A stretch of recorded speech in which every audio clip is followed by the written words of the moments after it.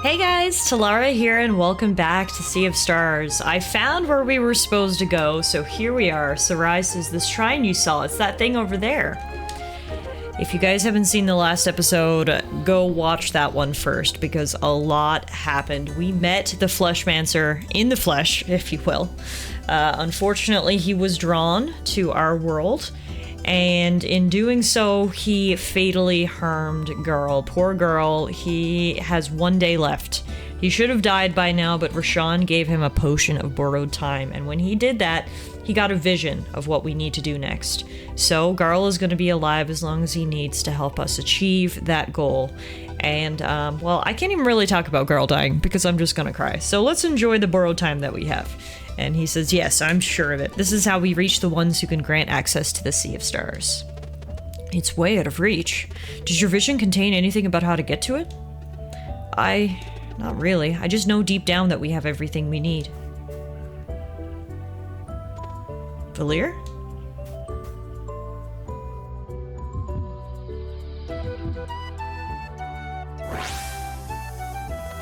Paths on water. Huh?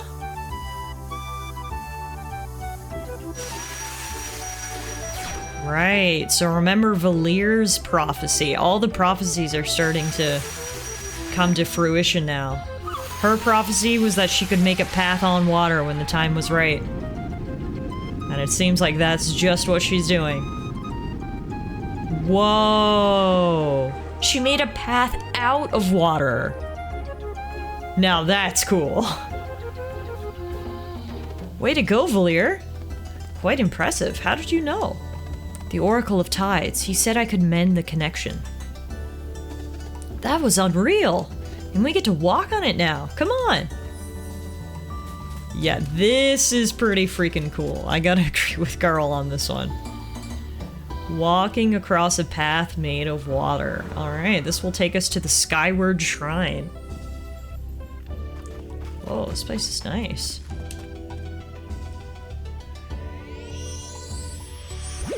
Whoa! Where'd we go?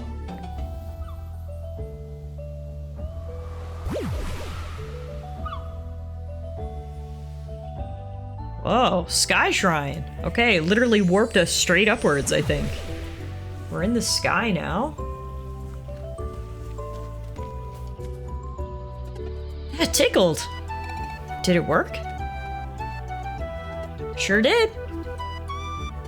This is definitely the place. Let's go. So you'll see we are literally in the sky. If you look over on the left there, there's a tree just growing on a floating rock. I don't know how high up we are, but it is just all clouds beneath us, so I think we're pretty high in the sky. This is cool. So are there people who live here, and will they be able to give us access to the skies? I don't know. First we're gonna check out the Skybound Lagoon, though, because I bet you can catch some good fish in the sky. There are 2 new types we can catch here. How about we give it a try? Nothing like a trip to the sky to make you want to go fishing, hey? Imagine you get teleported hundreds and hundreds of kilometers into the sky, and the very first thing you do is pull out your fishing rod. It's all about priorities. Alright, that's new. That is a sky urchin. There should be one other thing in here we have not caught before. Whoa, I think it's this thing, and this thing is really hard to reel in. Oh my god. Whoa, whoa, whoa, whoa, whoa. It is flying around the pond. Get it? Sky Island? Yeah? Okay. Woo! That was tough. We caught a cloud skate. Very nice. Fishing master. Love that for us. Okay. Continuing onwards.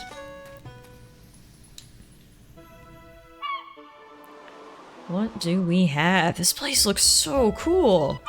Right here we have the Cloud Kingdom. There's a whole kingdom in the sky? Wow. Whoa. Who would have thought, huh? You know what it is you seek out here? An audience. What? There's a council thing, I think. Let's look around. Cloud Kingdom. How could we have ever known that there was a whole kingdom in the sky? I can't wait to see what sorts of people live here. I don't know what we need permission for. Whoa. Small visitors. Did Luana mend the connection at last? It's giants? Giants live here? Whoa. I could never have guessed. If you need to rest, I have a small corner for visitors your size. How did the pirates get up here? Yo! How did y'all get to the Sky Kingdom to play your tunes? This is unreal. They'll play wheels with me? Aren't you too big? Sorry, I shouldn't size appropriate. Whoa. We are in the sky and found a city of giants. Yep. This is pretty cool, alright. Okay, let's see what else awaits us on Cloud Island. Whoop. This place is just... wow. All we can see is their feet. I wonder what the people look like up top. Do you think they're humanoids? Do you think there's something different entirely? Can I talk to this one? I don't know. Here we go. Yep. Little ones, are you going to meet the council? If so, I wish you luck. They can be very difficult. Good to know, I suppose. Oh, don't step on me. I like how he actually moves his feet for us. I can see you, don't worry. Thank you. Appreciate it. Found a cloudy shard. This guy doesn't have anything to say, but he has some really cool boots. Look at that.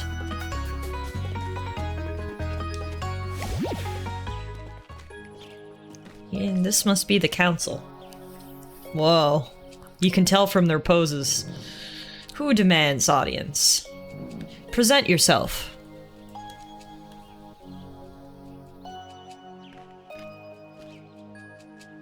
They look rather humanoid from the chest up, at least, but it doesn't look like we're gonna get to see their heads. I am the one demanding audience. We can hear you just fine. No need to shout. Oops. Name? Girl. Title? What? Title. His title is Warrior Cook.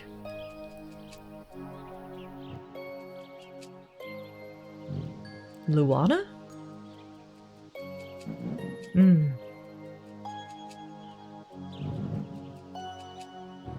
Warrior Cook. It is our understanding that you are on borrowed time. I am, and I have a request. Then speak. It's for my friends here. I want you to grant them access to the Sea of Stars.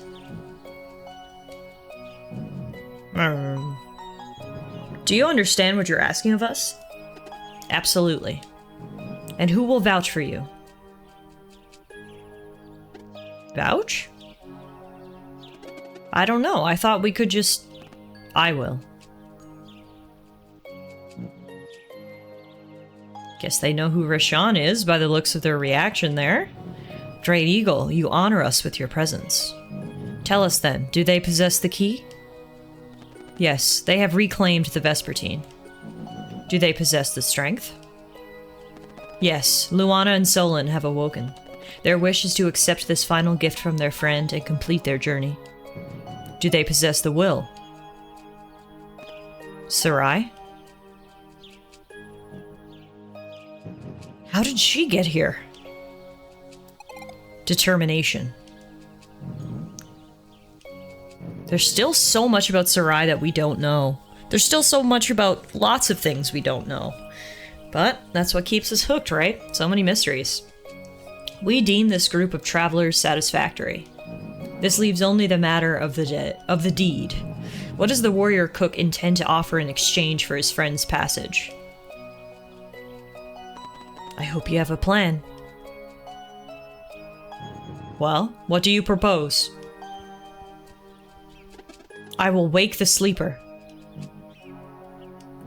You would bring total destruction to this world? What makes you believe we would accept such a proposition? Don't worry, I'll make it friendly again. The Elder Mist once told me that I might soothe the long-tormented soul. This is what he meant, I'm certain of it. That is a tall order. What is your plan? The runes in the moorlands. I wasn't sure at first, but now I know what they meant. There are no more ovates. How then? I will complete the ritual of the elements by cooking with them. Impossible. We agree to entertain your plan. How will you use water? Magic dew to instantly grow the crops I'll need. Sea monsters are extinct. Magic dew will not manifest without an enchanted scale. Don't worry, I know just the place to find one. How about fire, then? Natural heat from the volcano without a name. Preposterous, the lava monster would kill you instantly. It's okay, my friends are pretty strong. Garl clearly saw a lot in his visions because he has a lot of plans and I'm just here kind of dumbstruck like, oh, okay, Garl. Sure, lead the way. Earth?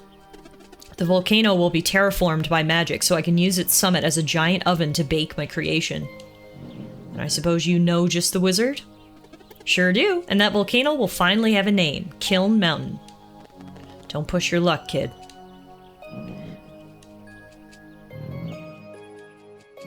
We like the name.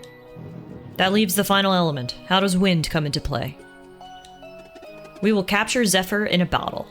When my creation is complete, I will let it carry the scent to the sleeper's nostrils. And why do you require a volcano-sized oven? Because I will bake the biggest loaf of bread the world has ever seen! Okay, that sounds delicious and a great objective. What makes you believe that it will be enough to make the sleeper friendly again? Oh, come on. No one can be grumpy when they wake up to the smell of freshly baked bread. That is true. To that I would say touché, girl.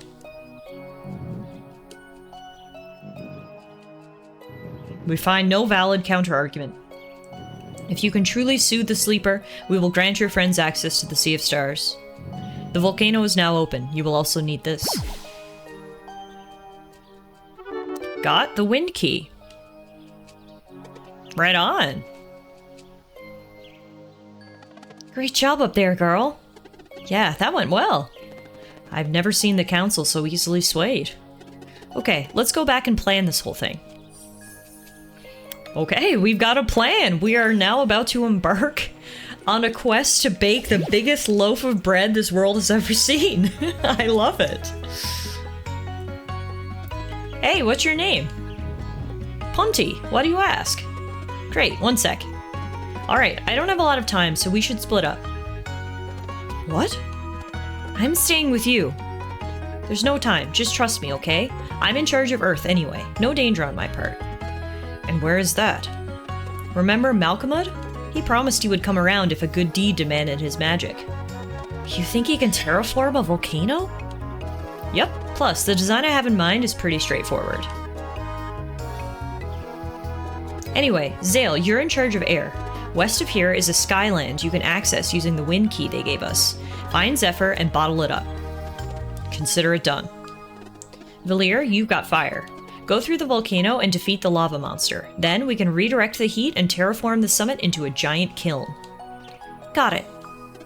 Sarai, that leaves water. After dropping Valir off at the volcano, get Hortense to take you back to the Sea of Nightmare. But please don't kill Hydralion. We only need one scale. Okay. Once you have the scale, just take it to Teaks and Mirth. The villagers will come together to grow and harvest the crops. Get as much as you can on the Vespertine and meet us at the volcano. Well, that'll be Kiln Mountain by then, I guess. Understood. So, first, those who will use the boat. Valir and Sarai, please stand in front of Punty here. I love how Garl is just totally taking charge of this situation. He's really coming into a leader. What about me? Oh, I assumed you weren't allowed to help. This matter isn't related to a dweller. I am free to choose. Okay. Well, the 4 elements are assigned, but I guess you can join one of the teams. There won't be any danger on my path, though, so who else do you want to help? All 3. Whoa! This guy is good! Okay, Valir, now say Kukar. Kukar? Oh my god, we got kicked like a soccer ball this time. Whoa. Pretty cool, huh? Alright, Zale. I'll see you over at Kiln Mountain once we have everything. Stay safe, girl. You bet.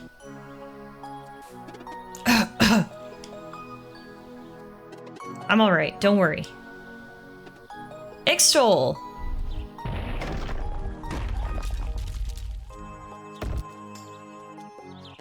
The Skyland is west of this village. Lead the way.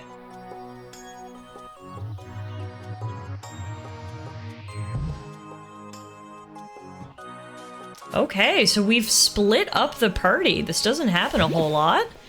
Oh, I picked up this chest. Sorry, I forgot. So as you can see, it is just Zale and Rashawn now. And we are gonna head out and do our part. Before we do, there was this little area right here I didn't explore, so I wanted to backtrack, where we find true silver daggers. So we'll give those to Sarai when she comes home. Hello down there, I'm the local craftsman. Some of the smaller jewels I create should be just your size. Want to take a look? Sure do. Nothing really for us. Oh, we can buy the music sheet number 6. And we can sell some of our things.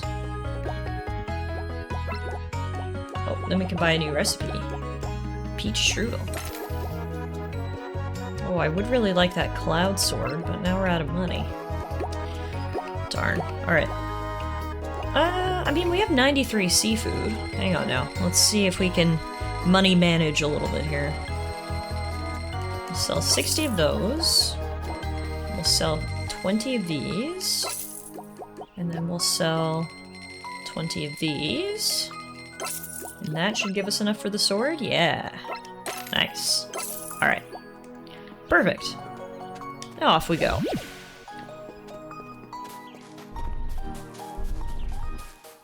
It's a good thing Rashawn split himself up into 3, because otherwise everyone would have to venture off on their own, which would be fine, but if there's any monsters, it could definitely get difficult. This whole place is just so cool. Oh, this looped around to the beginning. I see. So that means we need to go down this way.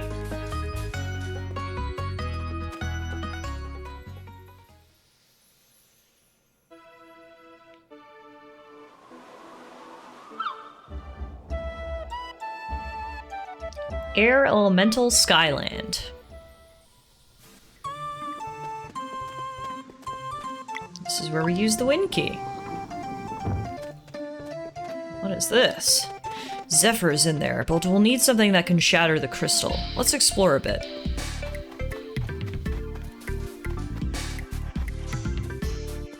Oh, we got monsters. What are these things? Braidzards. Huh, okay. That's new.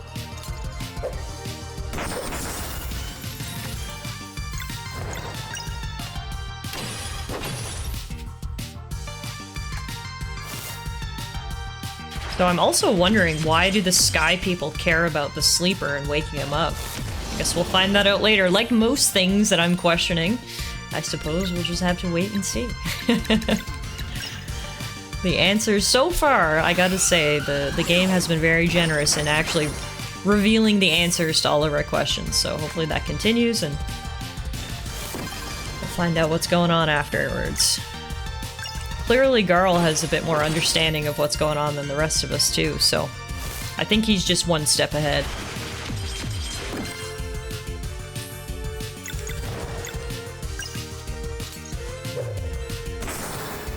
Okay, so they're resistant to arcane magic. But vulnerable to slashing and stun damage. So Rashawn isn't super powerful here.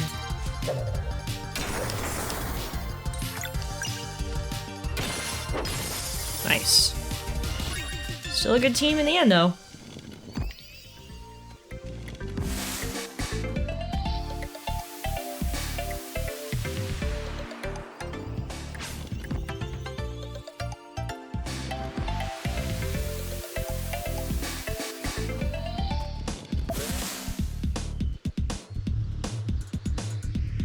As usual, this area has some awesome music. Whoa.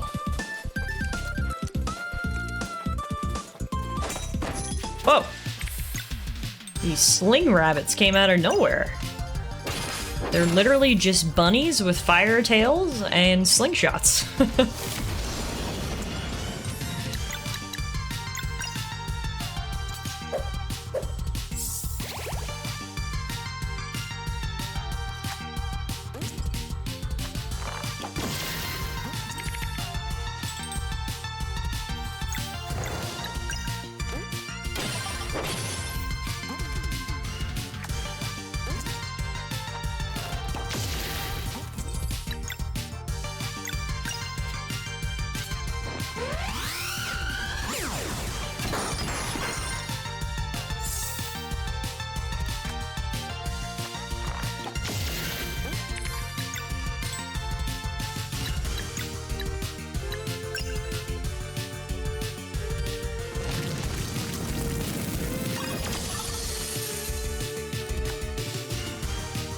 Evelark.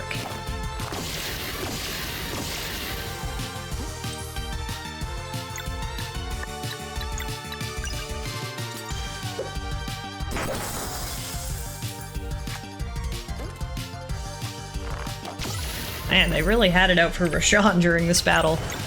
Poor guy.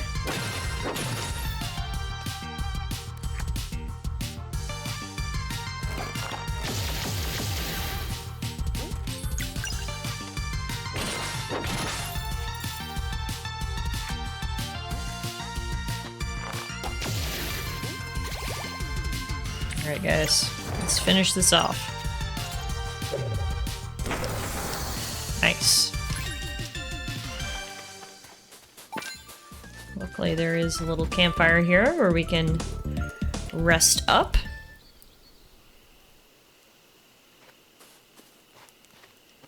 Stay strong, Zale. You will see your friend again before his time is up. We'll do some cooking. No, we won't, because we don't have any ingredients, okay? We did find a new artifact, though, so Teeks can tell us a story. What do we have? This one is about Kukar the Unyielding.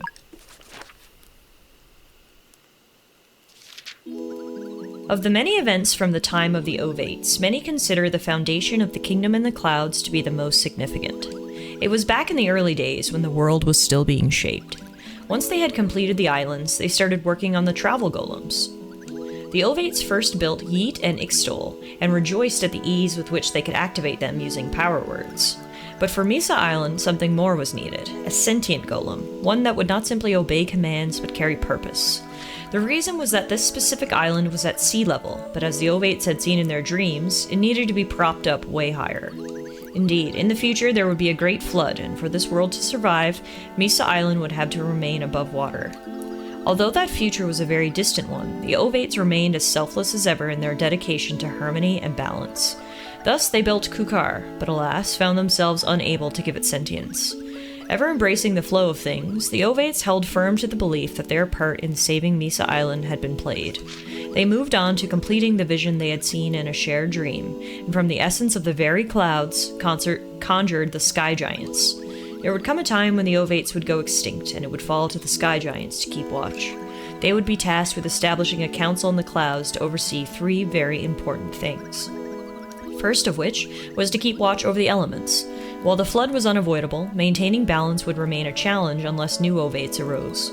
Secondly, they would be the gatekeepers of the Sea of Stars, carefully vetting those who would seek to travel between worlds. Lastly, there was the matter of Kukar. It remained incomplete, and so they would need to be on the lookout for a wielder of magic potent enough to make the construct sentient.